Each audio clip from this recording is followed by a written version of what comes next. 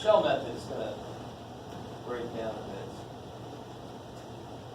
Still doable, but it's not pretty anymore. So if I do the shell method, I'm going around the y-axis. If I do the shell method, did anybody draw in a representative rectangle? So that's a great next step. So I know if I'm going to do shell method, the first step is sketch the region, done, and then write integral d something. I'm going around the y-axis, so I can do integral dx. All right, now I can draw in a rectangle. So here's what the rectangle would look like.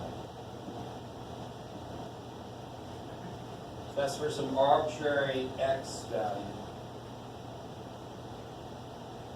And then I would rotate that around. You see how that rectangle has a top and a bottom to it? This sounds very familiar. It's like that first section in 6, the area between two functions. Right?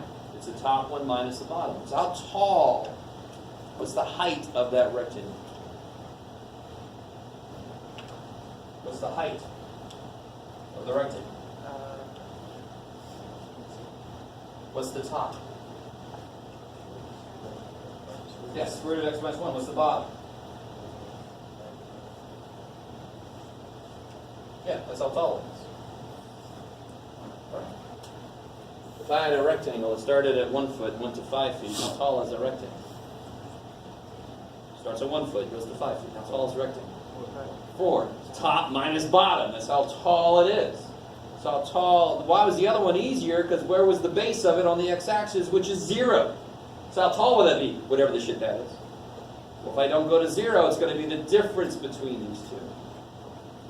So that's the height that already looks not so promising, right? That's what I'm going to have to throw into the integral. Does that look like it's going to be nice? Not the best. So that's the height. What else do I need to know? What's the radius? Well, the radius is nice. What's the radius?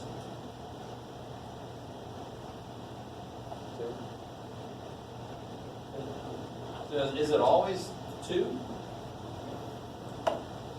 So for some other rectangle, here's this other rectangle. Their radiuses are not the same. X. So the radius will always be x or y, and you might have to add or subtract something based on where the axis of rotation is. Like that example we did where it was x plus 1, because the axis was back at -1. So the radius is always going to be x, or it's going to be y, unless my axis is kind of moved, and then it's going to be plus or minus whatever.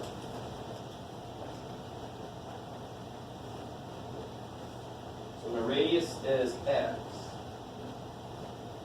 So I got my radius figured out. I got my height figured out. So now I just throw stuff in. This will be 2 pi. What am I going from to? I'm doing dx, right? So what's x going from to? 1 to 2. Radius was x, and then my height, get myself enough room, square root of x minus 1 minus x minus 1 squared. Now, believe it or not, that's not impossible to do. It's actually not even like crazy hard, but that is kind of gross. Would you agree with me?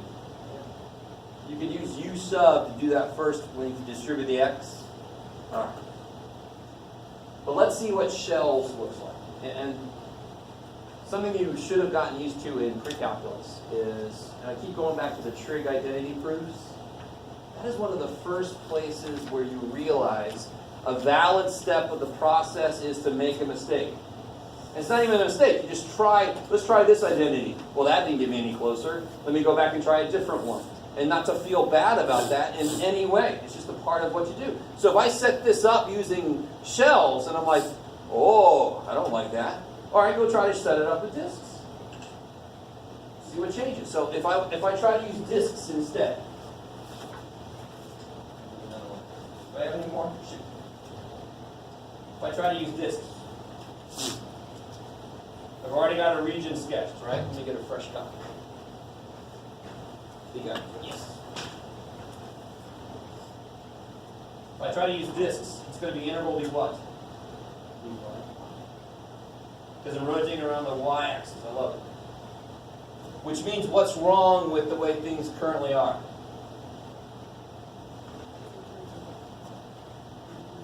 What are these functions of? X. And I need them to be functions of y.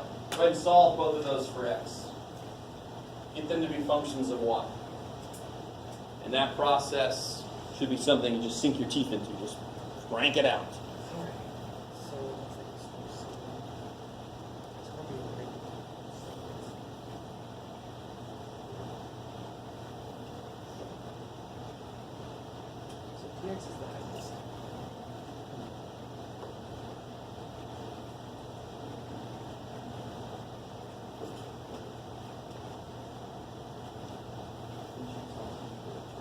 We'll help you out a little tiny bit. Notice this would be the positive side of that brown line. So you know what to pick there.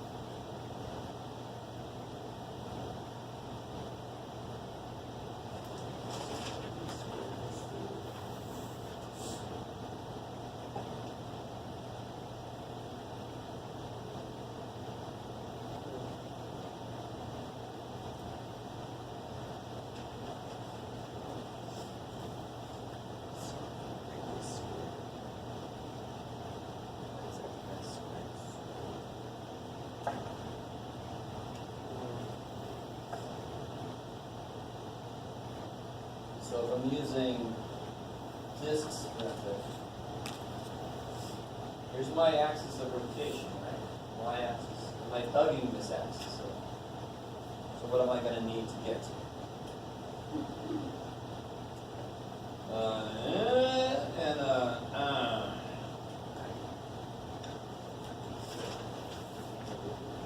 Yeah, inner radius and an outer radius. So I'm rotating it like this. There's going to be this big empty space in the middle. So I want to do the outer radius stuff, pi r outer radius squared, minus the inner radius. I want to cut the inside out. Because the inside's going to be hollow. Right? If I rotate the sucker around, it's going to just be this hollow thing down the middle of this. Not a very useful bowl, but too bad.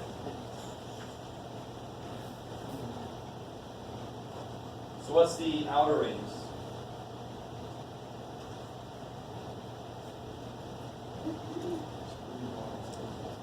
Yeah, this is the outer radius. I like it. So this one's the inner radius. So let's see what this looks like.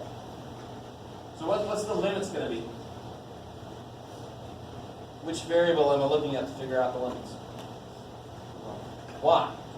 This, really, that step is so important because it tells me what the functions have to be in terms of, and it tells me what the limits are going to be related to. So what's y doing? Going from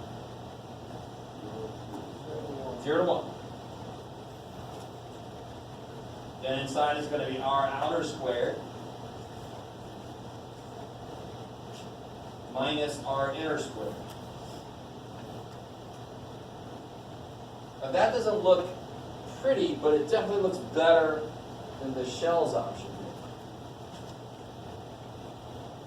This one is just going to be a bunch of power rules, right? If you FOIL that sucker, write the square root as y to the 1/2.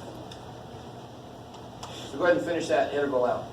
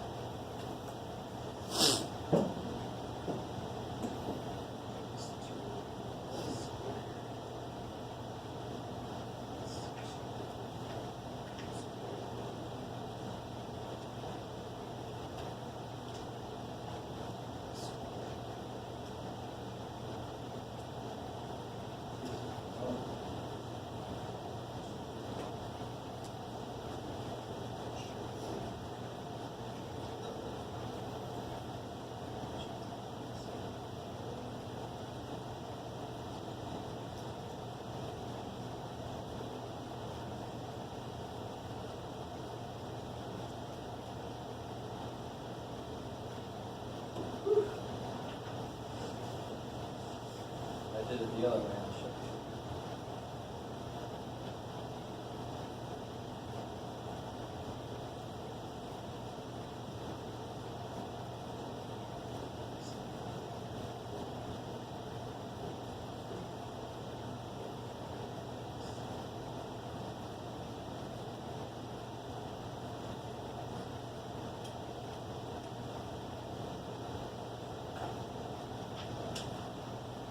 Foil this, you should get this guy.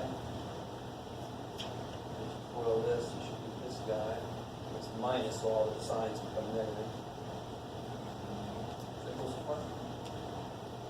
And then, let's see, I don't know what turns in there.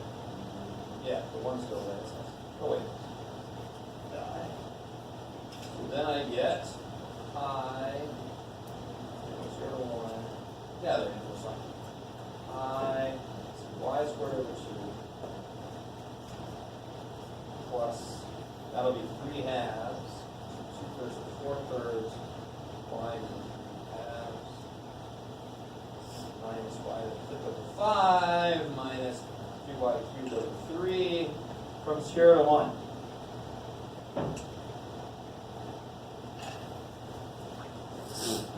Should be easy.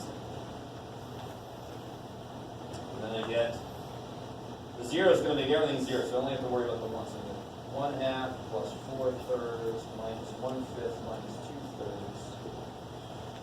I get 2 thirds.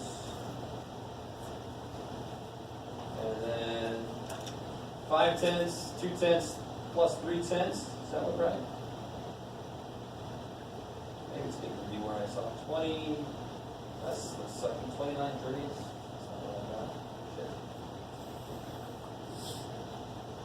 Alright, let's see. 3 halves, 2 thirds, 4 thirds, yeah.